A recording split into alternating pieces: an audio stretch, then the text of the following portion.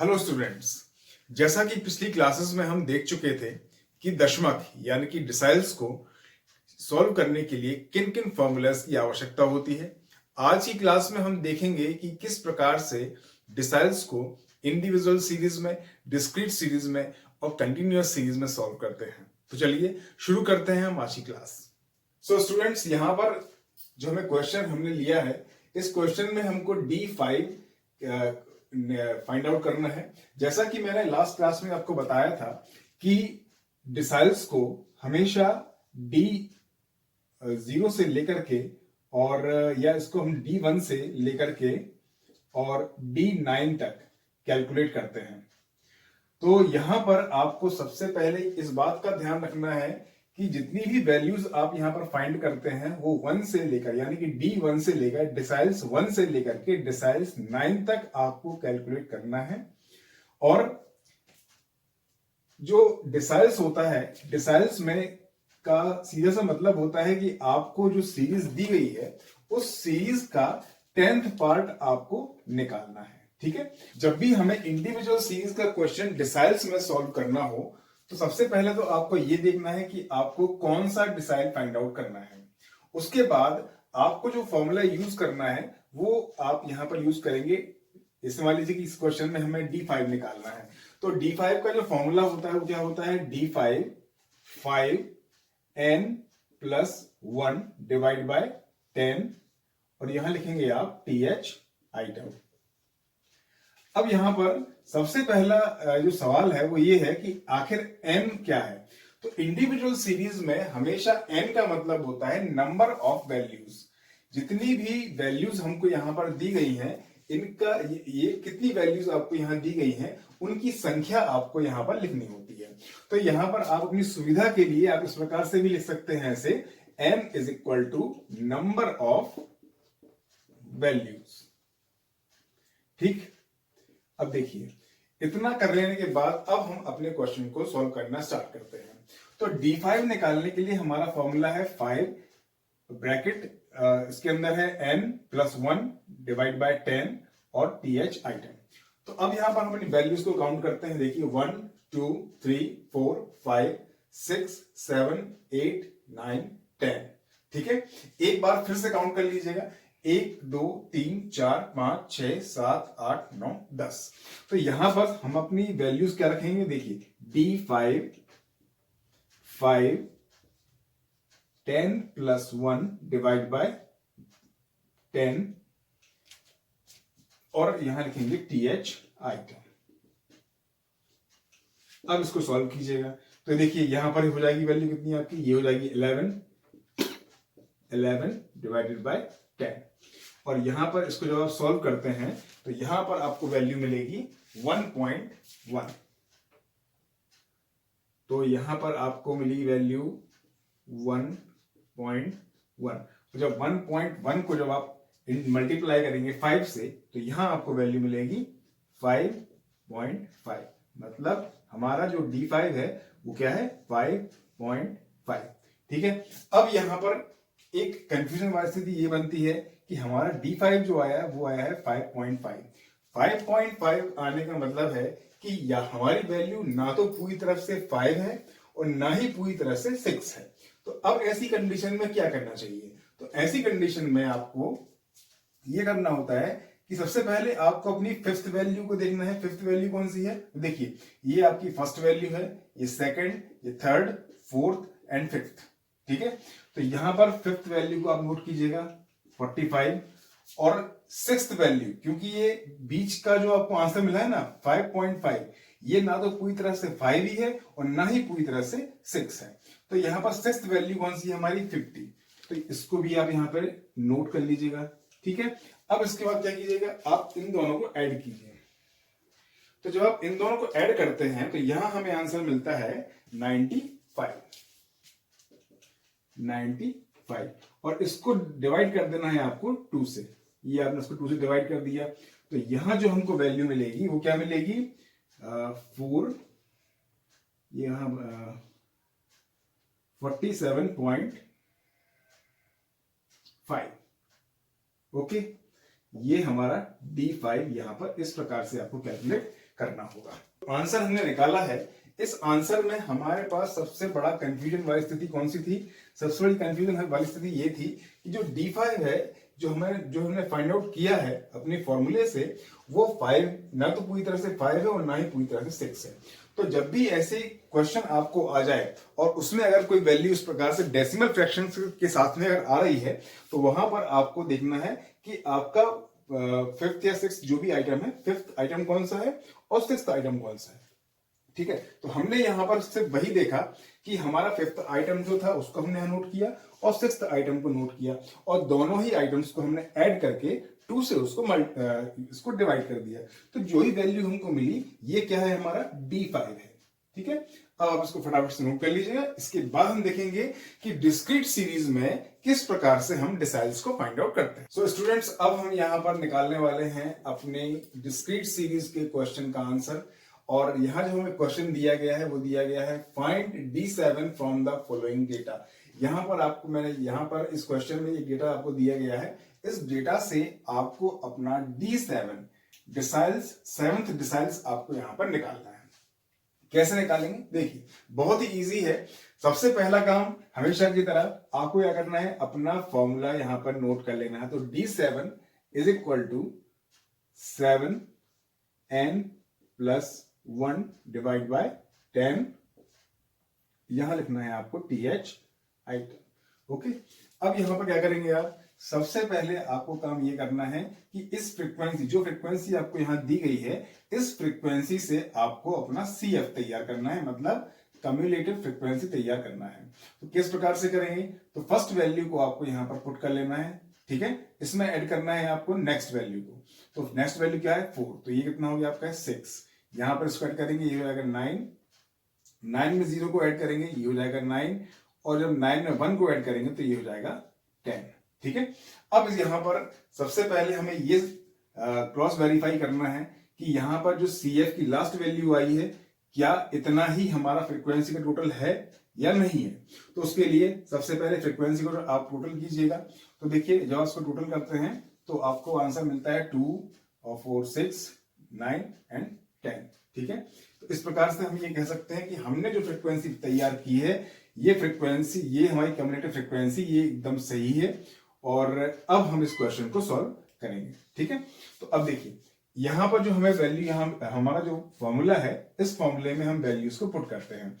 तो यहां पर n का मतलब क्या होगा? देखिए, n का मतलब होता है डिस्क्रीट सीरीज में n is equal to last value of CF, CF की लास्ट वैल्यू या फिर टोटल ऑफ फ्रीक्वेंसी, फ्रीक्वेंसी का टोटल। तो दोनों में से आप किसी भी एक ऑप्शन को चूज कर सकते हैं। यहां पर आप चाहे लास्ट वैल्यू ऑफ CF को ले लीजिएगा या फिर टोटल ऑफ फ्रीक्वेंसी को आप ले लीजिएगा। तो किसी वैल्यू को हम यहां पे ले सकते हैं। तो सबसे पहले इसको हम सॉल्व करना स्टार्ट करते हैं। तो हमारा जो फॉर्मूला है, इस फॉर्मूले को हम यहां पे फिर से नोट करते हैं। देखिए, मैं इसको यहां से मिटा देता हूं और यहां पर इस फॉर्मूले को मैं दोबारा से लिखता हूं। तो फॉर्मूला है हमारा D7 is equal to 7n plus 1 divide by 10 और TH आइटम। वैल्यूज पुट करेंगे। 7, n की वैल्यू कितनी आ रही है? 10। तो यहां लिखेंगे हम 10 plus 1 divide by 10 TH item.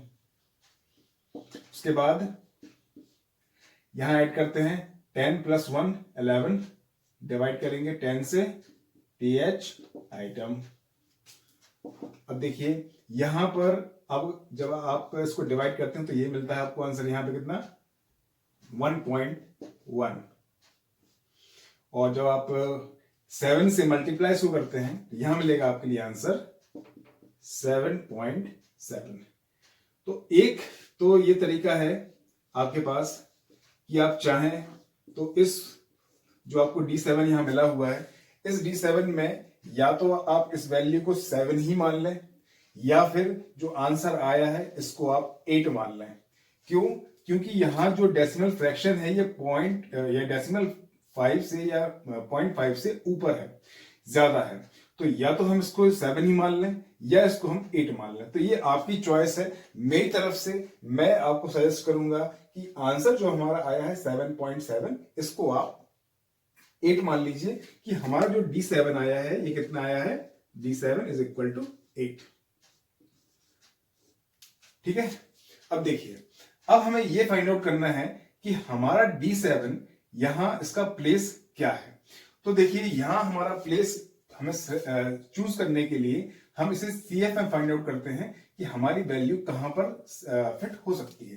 तो यहां देखिए, आप देखिए 2 जो है वो 8 से मतलब 2 जो है वो 8 से छोटा है, 6 जो है वो 8 से छोटा है, पर 9 जो है, फर्स्ट 9 जो है वो क्या है आपका 8 से बड़ा है। तो यहां इसको आप इस तरीके से मार्क कर सकते हैं। ठीक है, इस तरीके से मार्क करने से आपको फायदा ये होगा कि आप किसी भी वैल्यू को आप आसानी से देख सकते हैं, चेक कर सकते हैं कि आपका आंसर कहां बन रहा है, और आंसर भी एकदम एक्यूरेट आता है। तो यहां आप इस प्रकार से लिख सकते हैं कि D7 इज इक्वल टू 30।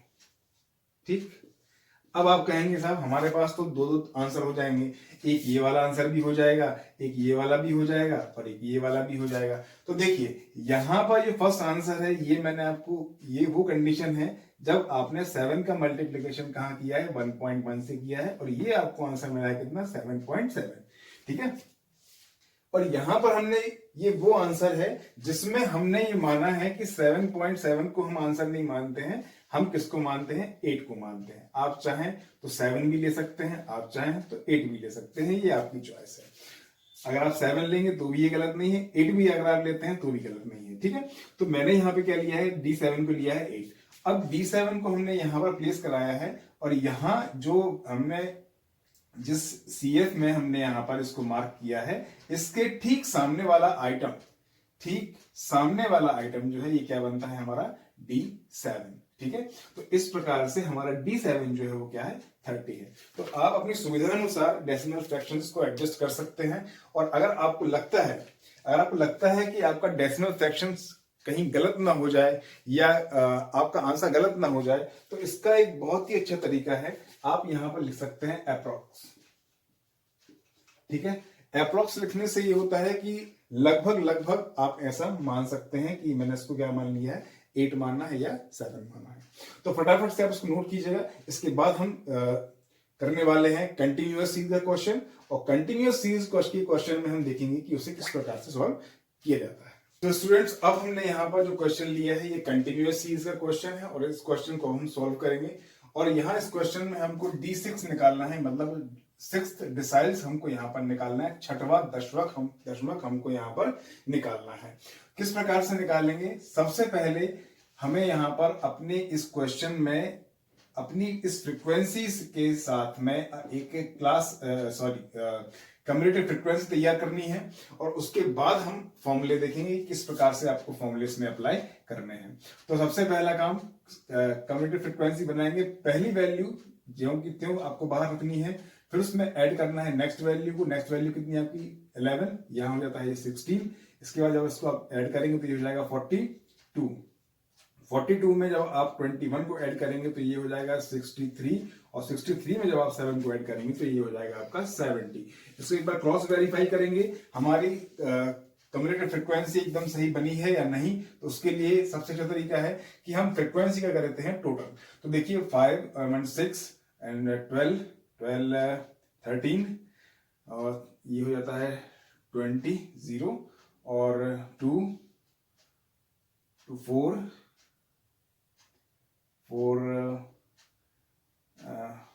5, 7, 70। ठीक है, ये टोटल हमारा आ रहा है 70, और 70 जो है ये हमारे कम्युलेटिव फ्रीक्वेंसी से भी मैच करता है। ठीक है, अब हम यहां पर करते हैं इसको सॉल्व करने के लिए यहां पर आपको आवश्यकता होगी दो प्रकार के फॉर्मूलेस की। पहला फॉर्मूला जो है वो D6 में आपको सबसे पहले क्या निकालना है, D6 is equal to 6n divide by 10। ठीक है, अब देखिए यहां पर, और यहां लिखना है आपके लिए TH आइटम, क्योंकि इसे हम सर्च करने वाले हैं कहां पर, अपनी कम्युलेटिव फ्रीक्वेंसी के अंदर, CF के अंदर। तो देखिए 6 एन का मतलब होता है यहाँ पे last value of C F या फिर फ्रीक्वेंसी का टोटल, तो टोटल ऑफ फ्रीक्वेंसी। तो यहाँ पर आपको यहाँ पे नोट करना है 70, आप यहाँ नोट कीजिएगा 70 और इसको डिवाइड करते हैं हम 10 से। तो यहाँ देखिए जब आप इसे सॉल्व करेंगे तो ये हो जाएगा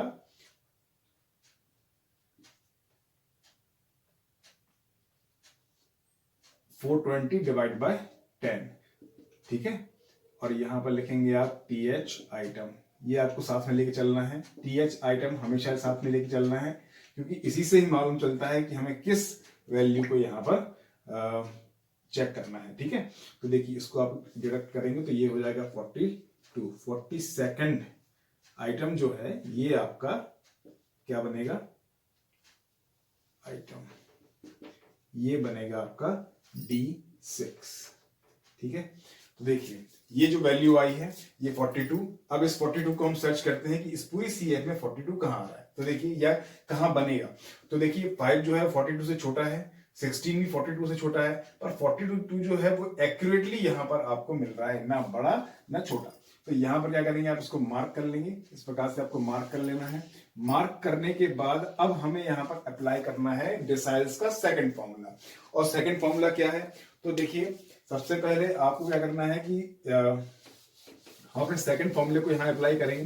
तो सेकंड फॉर्मूले को अप्लाई करने के लिए आपको क्या करना होगा, हमारा फॉर्मूला है D6 is equal to L1 plus D6 minus C upon F into I, okay. और हमारा जो लास्ट आंसर आया था वो क्या आया था, D6 is equal to 42, okay.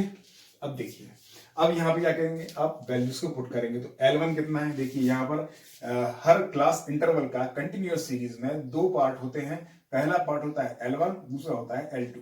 तो L1 क्या है हमारा 6, इसे आप लिखेंगे 6। D6 क्या है हमारा 42, ठीक है।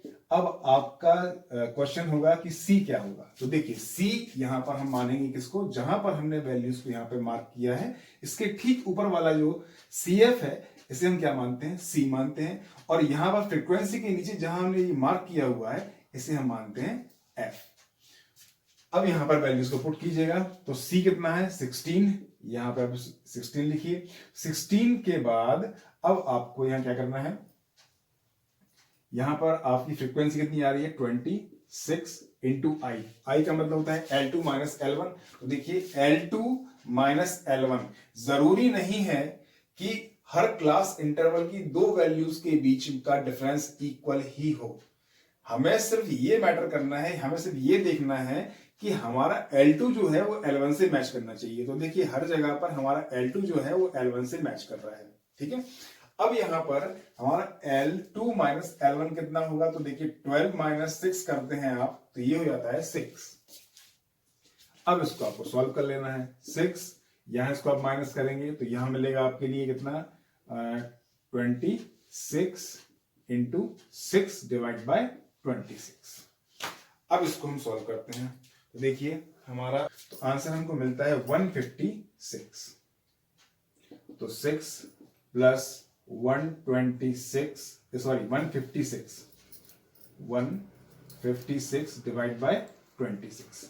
और यहां पर आपको आंसर मिलेगा 156 डिवाइडेड बाय 26, तो ये मिलेगा आपके आंसर 6। इस प्रकार से आपका जो D6 होगा वो कितना होगा 12, ठीक है। 6 और 6 को आप ऐड कर देंगे तो ये हो जाता है 12। इस प्रकार से आपको अपना आंसर कंटिन्यूअस सीरीज में आपको निकालना है। तो अभी हमने देखा कि कंटिन्यूअस सीरीज में किस प्रकार से आप इसे सॉल्व करेंगे सीरीज के क्वेश्चन को। स्टूडेंट्स इस प्रकार से हमने आज की क्लास में देखा कि किस प्रकार से आप डेसाइल्स को इंडिविजुअल सीरीज में, डिस्क्रीट सीरीज में और कंटिन्यूअस सीरीज में सॉल्व करते हैं। मैं उम्मीद करता हूं कि आज की क्लास की सारी मेथड आपको समझ में आ गई होंगी। अगर कहीं भी कोई भी स्टेप आपको समझ नहीं आया है, कहीं भी अगर आपको ऐसा लगता है कि आपको कोई डाउट है, किसी भी स्टेप में अगर आप एकदम क्लियर नहीं हो पा रहे हैं, तो हमें कमेंट सेक्शन में जरूर लिख करके बताइए, ताकि नेक्स्ट क्लास में हम आपकी प्रॉब्लम को, आपके डाउट्स पर उसको सबसे प्रायोरिटी में रख करके हम उसको सॉल्व करा सकें। तो क्लास को लाइक कीजिए, शेयर कीजिए, कमेंट्स कीजिए। आज की क्लास में केवल इतना ही। Thank you very much.